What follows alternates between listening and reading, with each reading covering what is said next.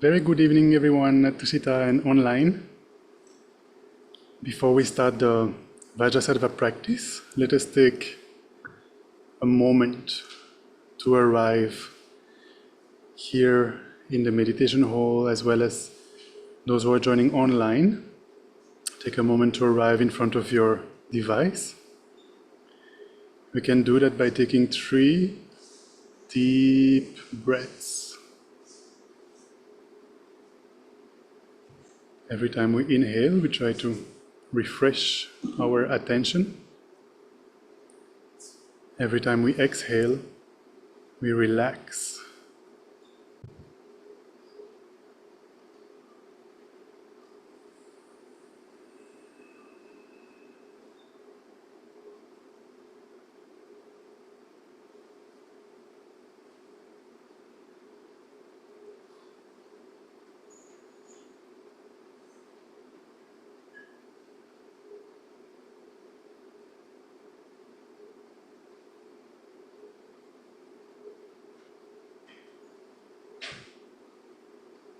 Now we will start with a settling meditation. In order to be fully present for the practice, we'll try to work a bit on our concentration. So to do that, there are 4 instructions. The first one is to look at our body posture. I'm sure most of you are aware of the posture, but I'll just summarize it in case there are newcomers on Zoom. So the ideal is to sit on the floor, but if you're sitting on a chair, it is also perfectly fine. Just make sure then, if you're on a chair, not to lean against the support of the chair and not leaning too much forward either. If you are sitting on the floor, on a mat or on a cushion, then the absolute best is to sit in the full lotus posture, meaning each foot on top of the opposite leg. That might be a little bit challenging. Make sure you're not pushing your body, you're not forcing yourself. Most important is to be comfortable. The back should be straight, but not stiff, loosely straight. You can imagine there is a string pulling from the crown of your head, keeping your body upright. The neck is aligned in the continuation of the spine. You can very slightly tilt the head forward, but not much. You can place your tongue just behind your upper teeth, towards the upper palate. This helps to reduce the production of saliva during the meditation. Finally, the eyes. Traditionally, we keep them slightly opened, just gazing 1 or 2 meters in the space in front of us, about 45 degrees cast down. But we don't actually pay attention to what our eyes are seeing. It is the mental consciousness that meditates.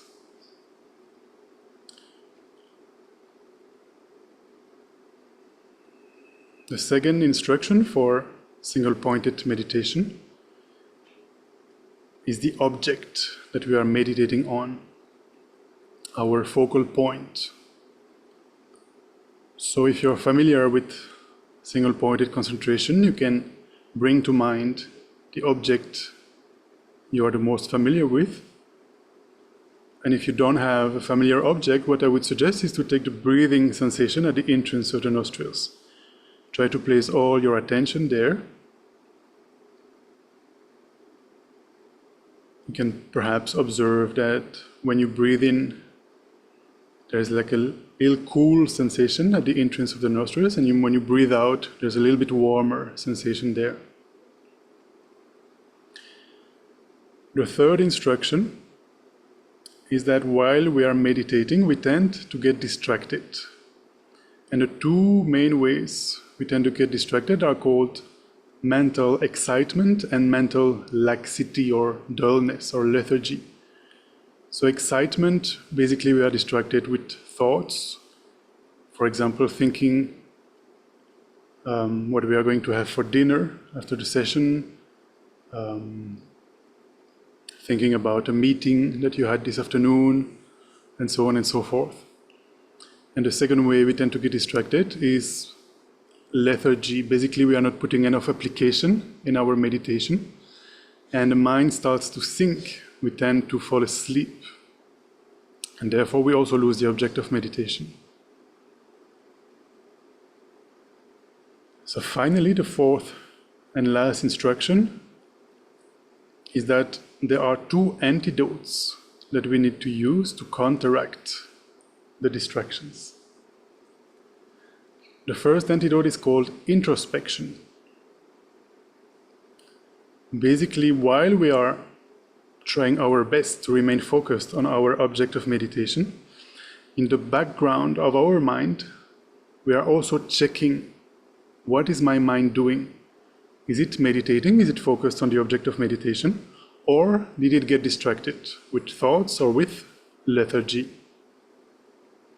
And the moment this introspection notices that the mind has lost the object of meditation, we make use of the second antidote, which is called mindfulness.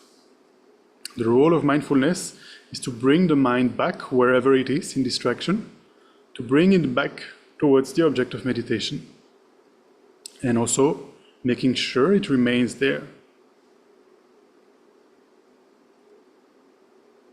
You can imagine if you have a pet dog at home and the dog runs away, introspection notices that the dog is gone, mindfulness brings the dog back home, and you can also imagine tying him against a pillar so that he remains at home.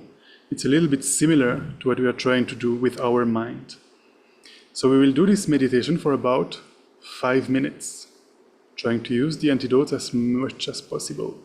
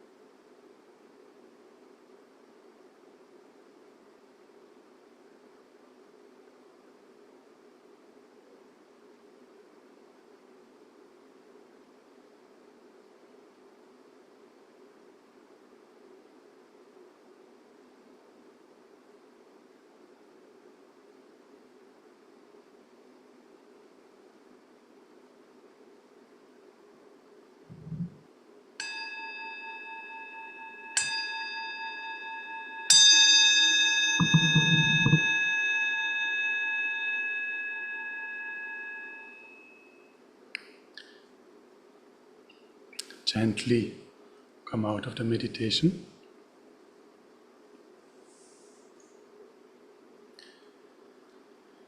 Now that we are hopefully a bit more present and concentrated, we'll try to establish a large motivation, a vast motivation for doing this session.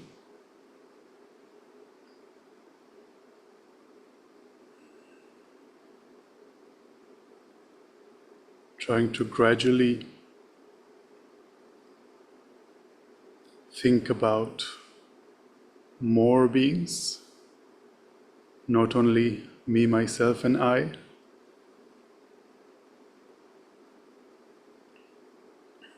We can, of course, think that we are doing this puja, this practice, on behalf of all the people who are sick, all the people who recently passed away, all the people who live in countries that are at war,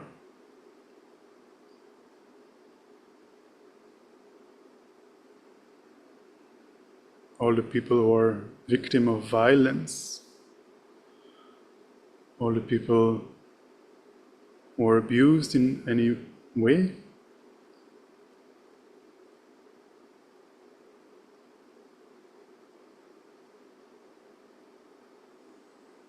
And gradually try to bring to mind more and more beings, including animals,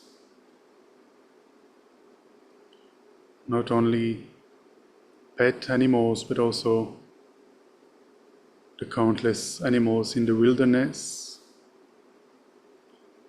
the countless insects,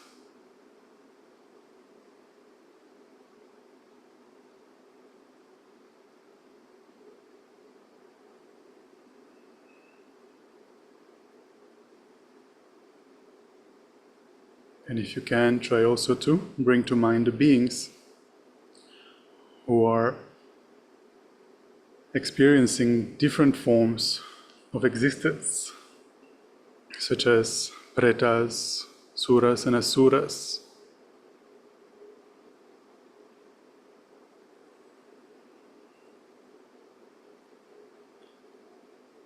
Try to bring to mind all beings, leaving none aside.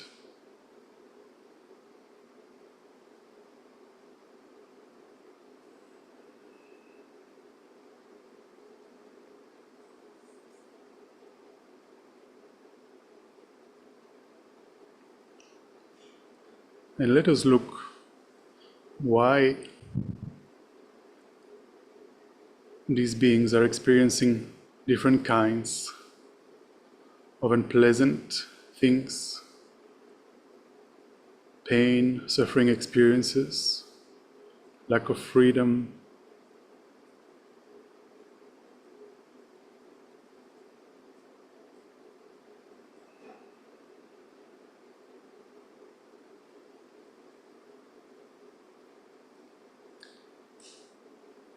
The Buddha taught that all the unpleasant experiences that we have are the results of the negative karmas we have accumulated in the past. Actions such as killing, stealing, lying, harsh words, divisive speech, and so on and so forth. Every time we engage in such an action, it leaves an imprint on our mind that inevitably at some point will ripen in the form of unpleasant experiences.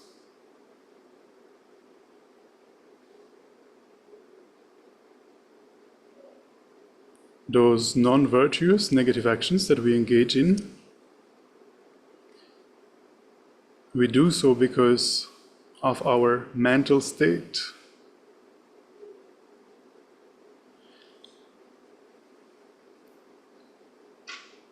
Constantly in our mind, different disturbing emotions arise, such as anger,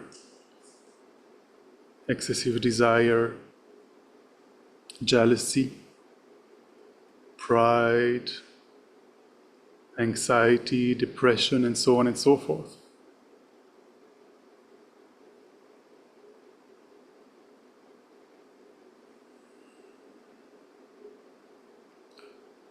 The Buddha tells us that these negative emotions, disturbing emotions or afflictions, delusions, they are not intrinsically part of our minds. They are adventitious, meaning they can be eliminated. All of these disturbing emotions are rooted in what is called self-grasping ignorance. The Buddha teaches us that self-grasping ignorance is the cause of all our problems.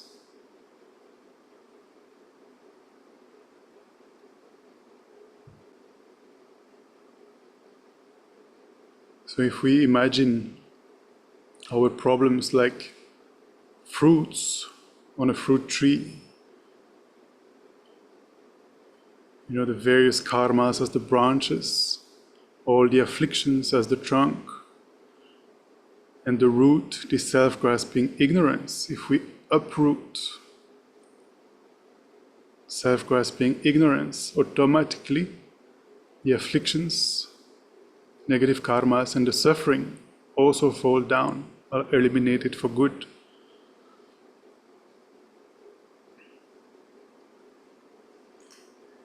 This self-grasping ignorance is this innate impression that we have that everything exists very solidly. We apprehend all phenomena, including ourselves, as existing truly, objectively, independently from anything else.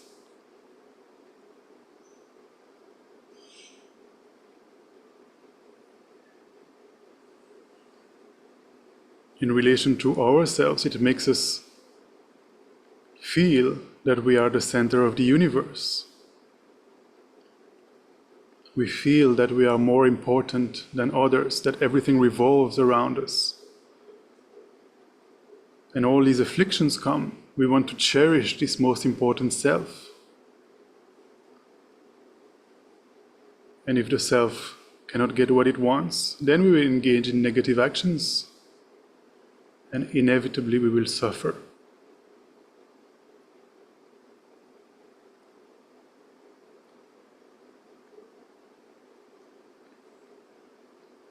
This self-grasping ignorance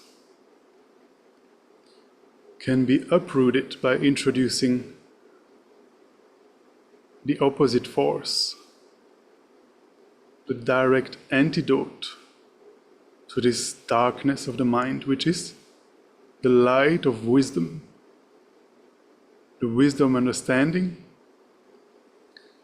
that all phenomena, including the self, are totally empty of absolute existence, of intrinsic existence.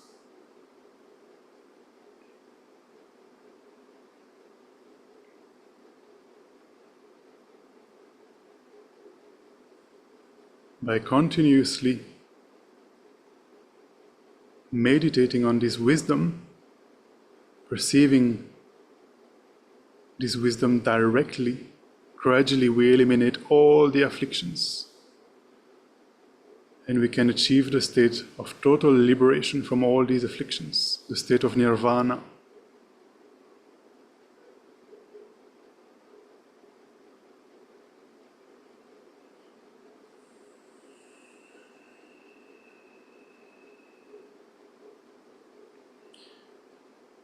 Then we can continue out of unbearable compassion for others who are experiencing the exact same thing, who are in the same boat of samsara.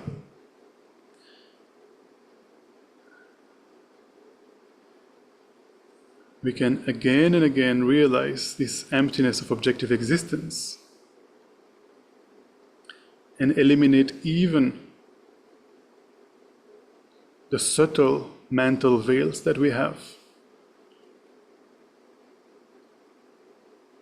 that will allow us to achieve the state of omniscience, the state of a Buddha, full awakening, in order to guide, in order to teach, in order to lead all sentient beings without exception into that awakened state.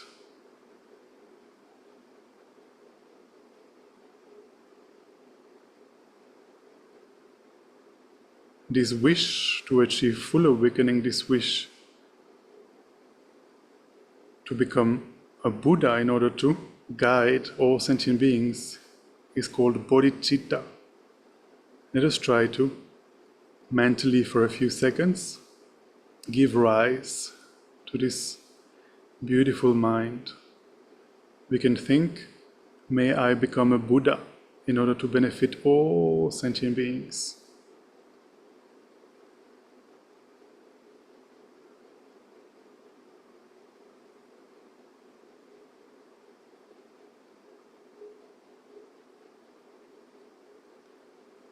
So this is the vast bodhicitta motivation, the Mahayana motivation. And here tonight specifically what we are going to do is that we are going to use the Vajrasattva method in order to purify our minds from the negative karmas we have accumulated in the past.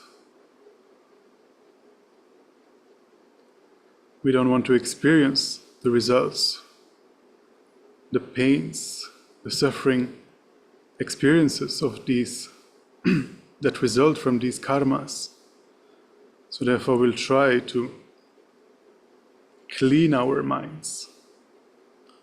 We'll try to purify as much as possible of the negative karmas we have accumulated in the past. So we can turn to the sadhana that here in Tushita is in front of you, and online I will share the screen.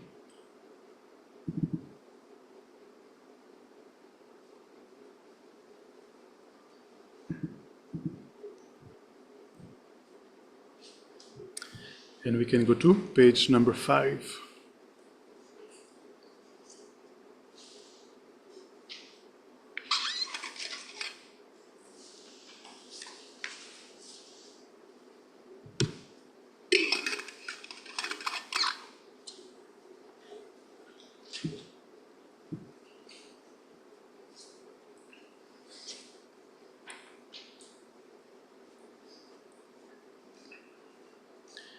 So we can start by visualizing, imagining that all sentient beings are sitting around us, starting with your father on your right side, or the male person, who took care of you as you were growing up, and on your left side, your mother or your female caregiver. You can also then imagine all the male members of your families next to them on your right side, all the female members of your family next to your mother on your left side. In front of you, you can visualize your enemies or the people who make you agitated, who disturb you. Your friends and those to whom you are attached to are seated behind you. And finally, all other sentient beings, including animals, pretas, suras, asuras, and so forth, you can visualize them all in human form, and they all surround you, as vast, as far as you can visualize, as you can imagine.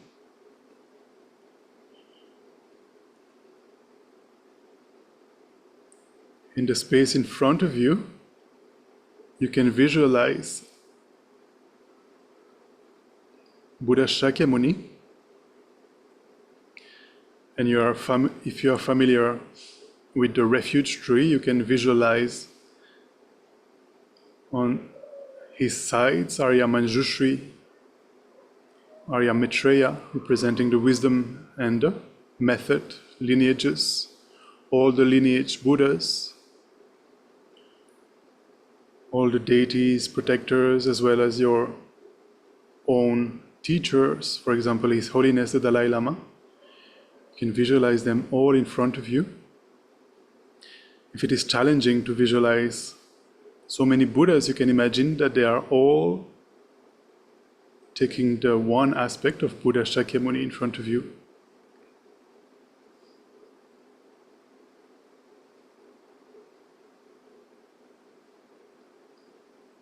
And now we'll recite the refuge prayer. And as we do so, you can imagine that you are actually leading all those sentient beings who surround you, as if you were the chant leader, encouraging them to also go for refuge. And refuge in the context of this practice is the first of the 4 opponent powers.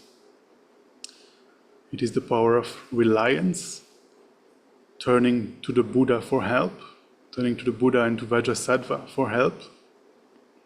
Then we'll have the power of regret, regretting the negative karmas we have accumulated in the past.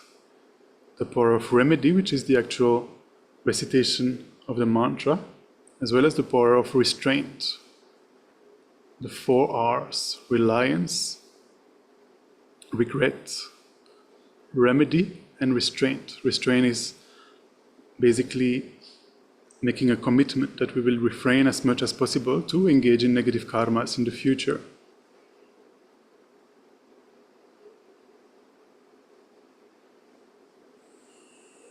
So try as much as you can to visualize the Buddhas in front of you, all sentient beings around you, and you are leading them into this practice. We can recite together at the bottom of page 5. We can perhaps read one time in English and then chant twice in Tibetan. I take refuge until I'm enlightened in the Buddha, the Dharma, and the Supreme Assembly. By my merits of generosity and so forth, may I become a Buddha to benefit transmigratory beings. Sangye Chodan Soge Chognam La Jancho Bado Dagne Kyapso Che Dagi Jinso Gibe Tsoknam Ki Jola Penchir Sangye Joba Sho Sangye Chodan Soge Chonam La Jancho Bado Dagne Kyapso Che Dagi Jinso Gibe Tsoknam Ki Jola Penchir Sangye Juparasho.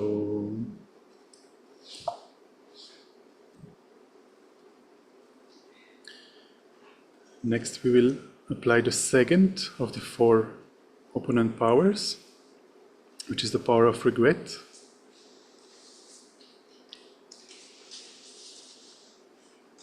Regret in a healthy sense, not guilt. Guilt doesn't serve, it just disturbs your mind. It doesn't serve any good purpose. Regret here is in the sense of, I don't want to experience the results of the negative karmas I have accumulated in the past, therefore I want to do something about it. I want to purify those karmas. So Lama Zopa Rinpoche says, first recall the definition of negative karma. It is any action that results in suffering. Generally, this is an action motivated by ignorance, attachment, or anger. Almost every action I do 24 hours a day is motivated by worldly concern attached to the happiness of only this life. It has been like that from beginningless samsaric rebirths, and it is like this from birth to death in this life. Nearly every action I have created has been non-virtuous, the cause for suffering. Not only that, but I have also continuously been breaking my pratimoksha, bodhisattva, and tantric vows. Worst of all, I have created the heaviest of negative karmas in relation to my virtuous friends, by harming their holy bodies, disobeying their advice, disturbing their holy minds, having non-devotional thoughts towards them, and giving rise to heresy and anger. Having all these negative imprints on my mental continuum is unbearable. It is as if I have swallowed a lethal poison. Therefore, I must purify all these negative karmas immediately with the antidote of the 4 powers. In this way, generate a strong feeling of regret, together with the awareness of the need to urgently purify your negative karmas. Many people my age or younger have already died. It is a miracle that I am still alive and have this incredible opportunity to purify my negative karmas. Death is certain, but the time of death is totally uncertain. If I were to die right now, I would definitely be reborn in the lower realms. And because I could not practice the Dharma there, I would remain in the lower realms for countless eons. Therefore, how unbelievably fortunate I am to be able to purify my negative karmas right now, without even a second's delay, by practicing the Vajrasattva meditation. But I am not practicing this Vajrasattva purification for myself alone.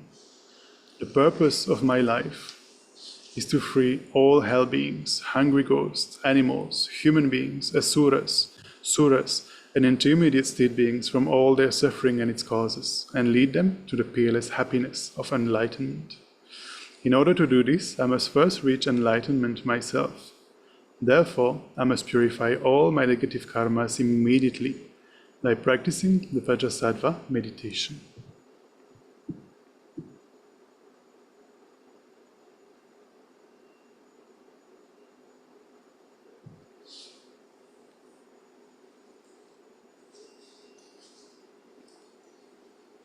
Sorry, just give me a second. I need to plug my computer to the electricity.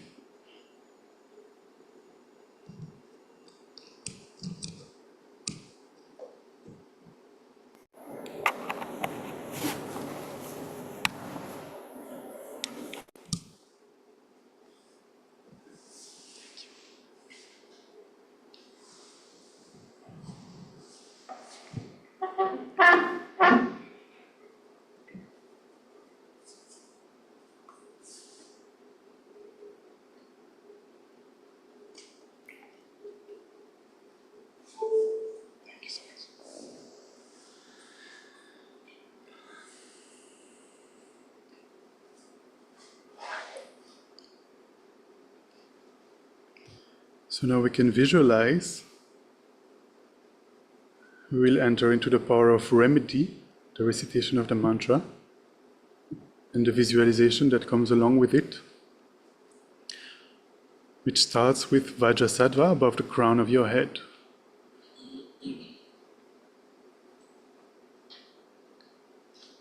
You can visualize that above the crown of your head there is a beautiful lotus. And on top of the lotus there is a moon disk. And Vajrasattva is seated upon this moon disk. His holy body is white in color. He has one face and two arms. He holds a Vajra in his right hand and a bell in his left hand. He is adorned with 6 mudras and he sits in the Vajra posture.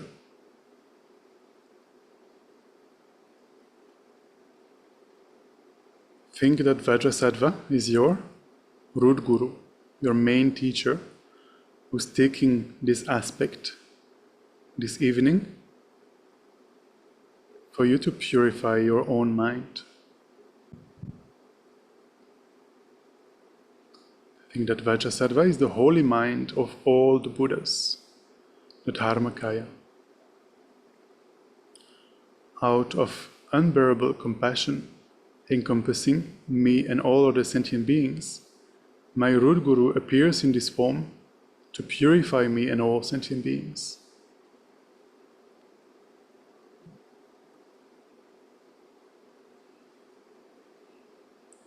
throughout the mantra recitation, try to visualize that from Vajrasattva's heart, there is a moon disk at his heart with the syllable hum in the middle that is encircled by all the syllables of the mantra. There's 100 syllables. And imagine, visualize that from these syllables, as you read them, a powerful stream of white nectar flows. It flows down from the syllables and enters the crown of my head, filling my entire body. It purifies all my negative karmas, obscurations, sicknesses, and spirit harms. So we will engage in the mantra recitation. Just before we do that, maybe we can read it once in English so that you have an idea what is the meaning of the Sanskrit you are reading. So the meaning of the mantra is on page 13. Towards the bottom of the page, it says a translation of the mantra.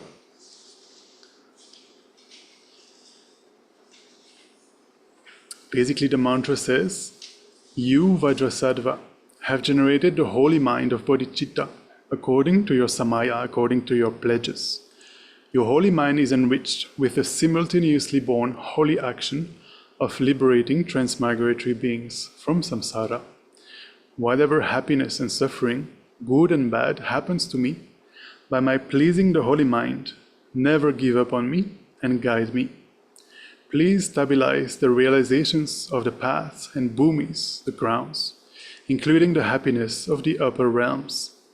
Actualize all actions and the common and sublime realizations, and make the glory of the 5 wisdoms abide in my heart." So we can go back to the page with the mantra, which is page number 8.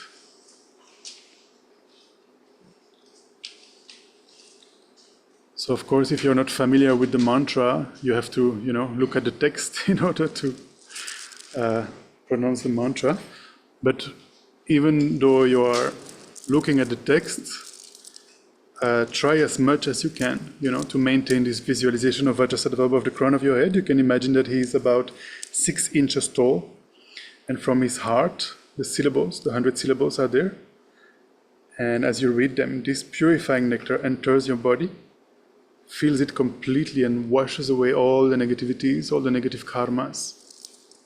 You can also imagine it, washes away all your afflictions, delusions, all the obstacles that you might have, all the problems that you might have. It completely purifies your entire body and mind. So we'll chant the mantra once together, and then we'll recite at our own pace.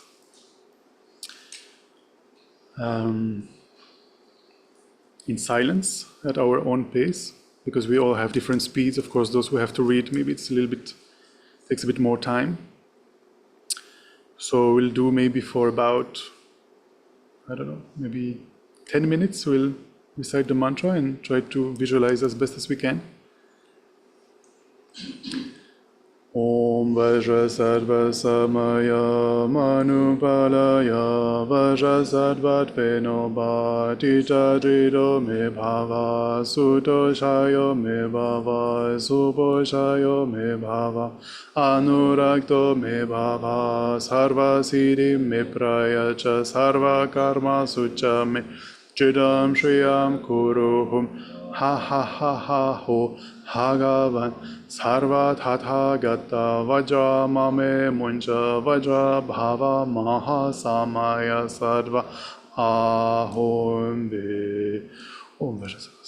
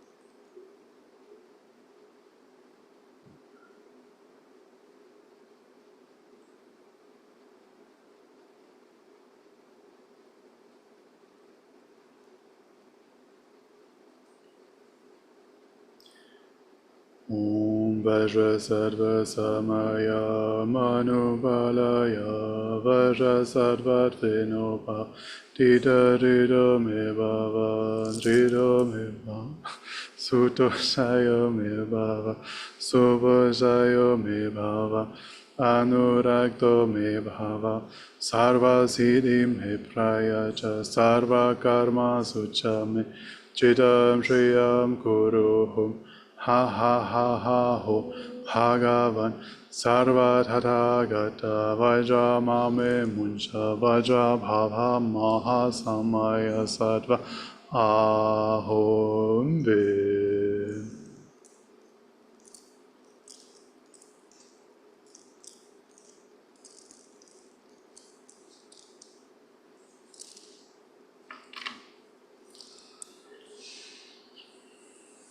We can also read together just under the mantra after the middle of page 8. Through ignorance and delusion, I have broken and degenerated my commitments. Guru, be my savior and refuge. Lord, holder of the Vajra, endow with great compassion. In you, the foremost of beings, I take refuge. Then we'll apply the fourth of the four opponent powers, which is the power of restraint. So you can make a commitment, you can make a pledge to Vajrasattva that from now on until the rest of your life, you will abstain, for example, from something that is easy to abstain from, for example, killing another human being. That's quite easy to do.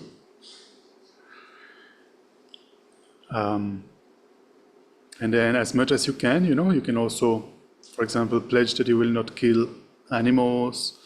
You can pledge that you will not steal something from someone, or you can pledge that you will not tell lies if you can. If it sounds difficult, if you have a strong tendency to lie, for example, you can pledge that for the next 5 minutes, you will not lie, which is very easy to keep because for the next 5 minutes you will be reciting prayers. But at least, it's planting, an imprint on your mind to carry on with not engaging in non-virtue. So we can read together at the bottom of page 8, and then we can take a moment to mentally make this pledge. Before Guru Vajrasattva, I vow never again to commit those negative actions from which I can easily abstain, and vow not to commit those negative actions from which I find it difficult to abstain for, and then you can say for how long you can refrain from those.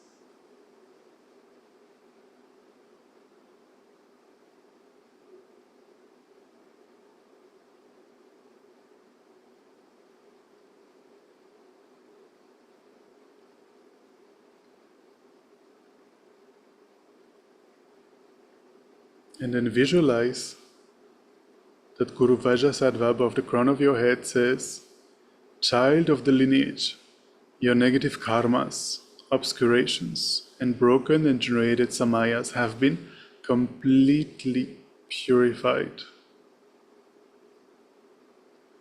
Generate strong faith that everything has been completely purified, just as Guru Vajrasattva has said. Lama Zopa Rinpoche used to say that this is the crucial part of the practice. Imagining that all your negative karma is completely gone and generating strong faith that it actually happened. So take a moment to do that.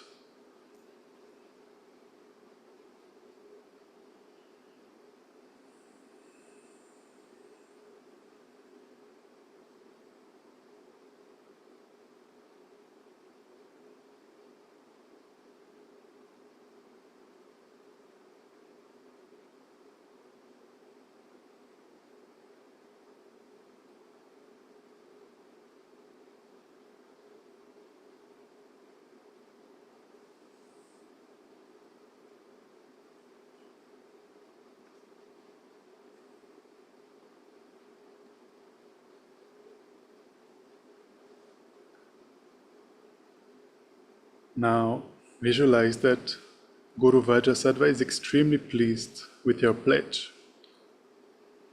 And imagine that he dissolves into light, beautiful, bright, white light,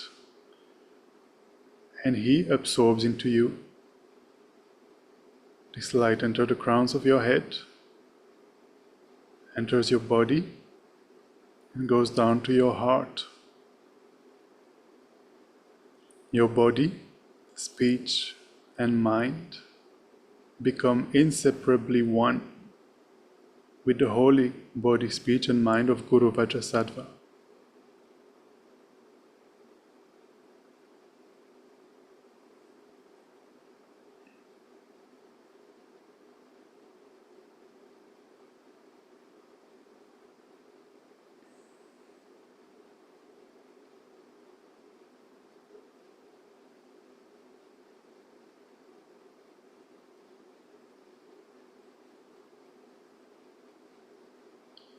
You can try to imagine what it would be like to have the body, speech, and mind of a Buddha.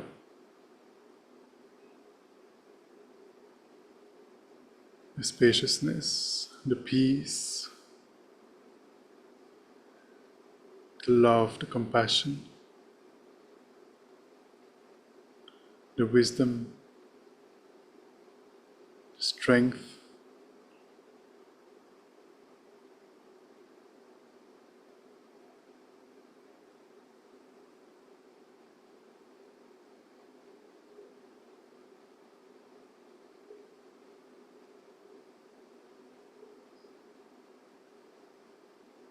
In this state of absorption with Guru Vajrasattva,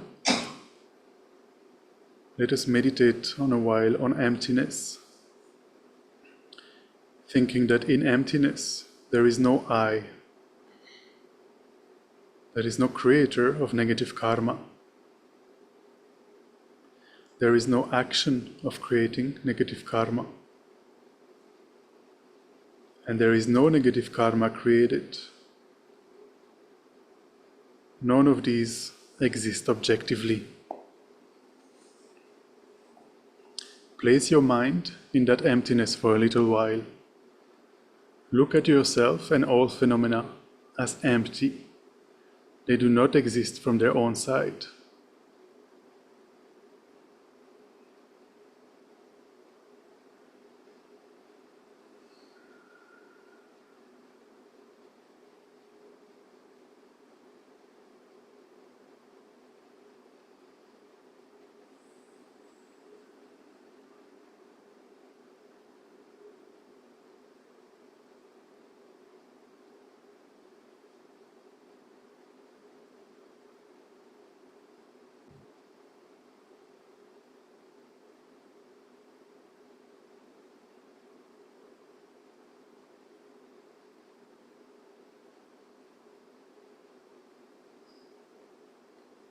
Now, with this awareness of emptiness, let us dedicate the merits that we have accumulated by engaging in this practice. Especially, dedicating all the virtues that we have accumulated in the past, so that we may soon, very soon, become fully awakened Buddhas in order to benefit countless sentient beings.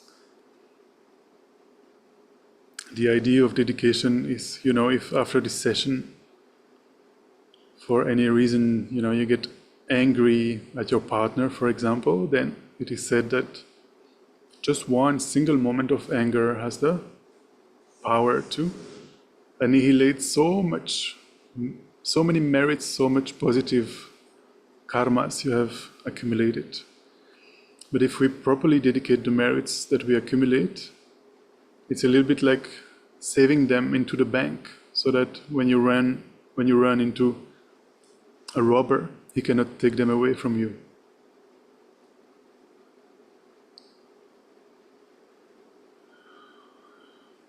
So the first dedication verse is to actualize bodhicitta. We can chant together in Tibetan. Jonju sem chorim boche Ma kye ba nam kye gyo chi, kye ba nyam ba me ba yin, gone gondo be wara sho. And then on the next page, praying for the long and healthy life of His Holiness the Dalai Lama. Praying for His Holiness to remain with us for a very long time.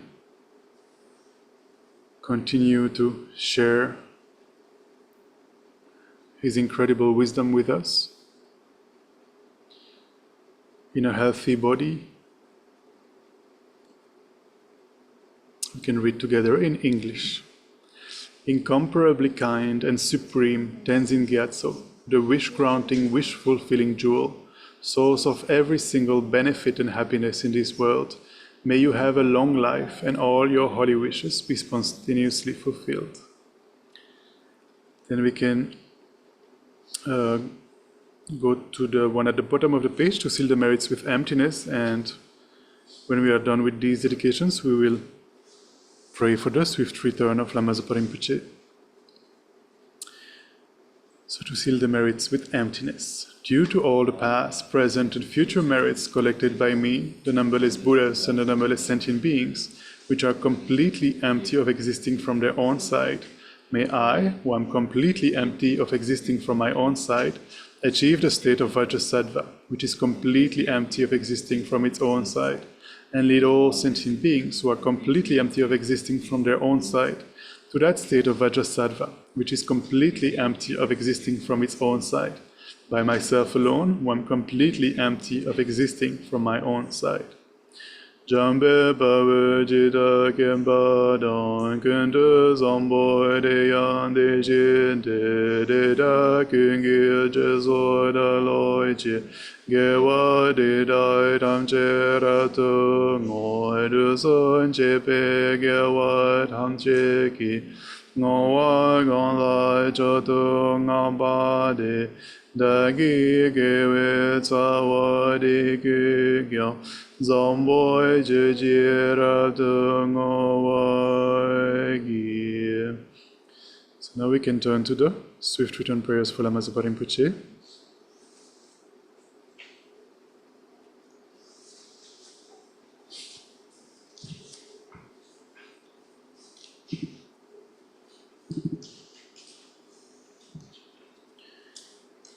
So I guess as most of you know, Lama Zopa Rinpoche was the founder of Tushita, along with Lama Yeshe. And not only of Tushita, in fact, they were the founders of the whole Foundation for the Preservation of the Mahayana Tradition, which is an international organization of around 130 centers, projects, and services, and Tushita is just one of those 130. So last year, Rinpoche took the aspect of passing away, and as you probably know, in the Tibetan culture, it is the tradition to look for the reincarnation of such enlightened masters. For example, His Holiness now is known as the 14th Dalai Lama, the 14th reincarnation of the Dalai Lama. So similarly, we are, praying for Rinpoche to come back very soon in a fresh body, full of energy, to continue to guide us, to continue to teach, and to guide the organization.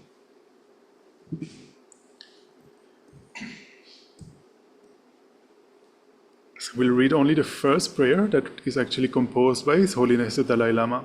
Immediately when Rinpoche took the aspect of passing away, His Holiness the Dalai Lama composed this prayer for Rinpoche students to, recite.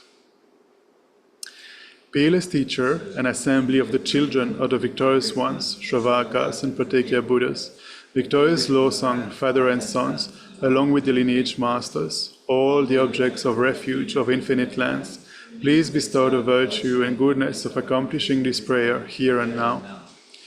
Holding and spreading the Muni's precious and complete teachings, through explanation and practice, you owe the armor of patience that is never discouraged. Incomparable Venerable Guru, to you I make requests. while striving single-pointedly for the sake of the victorious one's teachings, the sole gateway through which all benefit and happiness emerge, and for modern living beings, he suddenly departed to peace. What a great loss! Nevertheless, through the undeceiving truth of the blessings of the ocean of the three jewels, and the great waves of bodhicitta, of the children of the victorious ones, may the smile of a reincarnation swiftly beam in glory for fortunate disciples.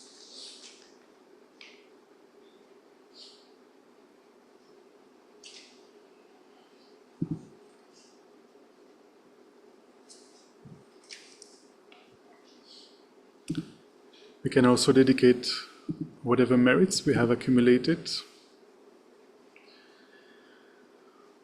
so that all the wars that are happening around the world immediately come to an end. May there be no new war.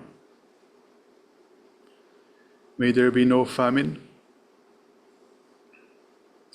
May there be no disasters of the elements, natural catastrophes.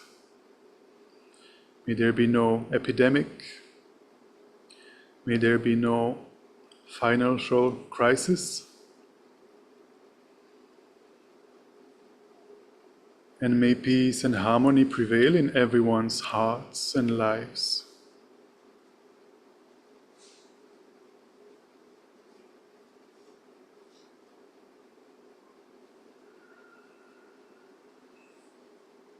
Thank you very much, everybody, for joining. And on Friday, we have a very special guest here at Tushita. We will welcome Venerable Geshe Ngawang Samten. I think many of you know him because he taught for the Nalanda Master's course, right? So he will come and teach here at Tushita as well as online at 6:30 p.m. He will teach on the graduated path to awakening, the Lamrim in Tibetan. So most welcome to join us for that. We'll be sending all the details tonight or tomorrow about Geshe-la and about the text. And that will be it actually for this week, because at the moment there is a Tibetan festival going on at IIC, India International Center. So yeah, the days are quite busy. And on Saturday actually there is a conference organized by Tibet House at Habitat Center to talk about, I don't know exactly what is the precise topic, but it's the similitudes between the Mahayana and the Theravada tradition. And this is like the fourth seminar in this series, and each of these seminars have their own topic. But does any of you know the topic? No? Okay. So you can find out more on the Tibet House website and social media and so forth. And yeah, maybe see you there. And of course, we have the morning meditations tomorrow. Venerable Thupten Temba from Seraje Monastic University will guide a meditation on the precious human rebirth.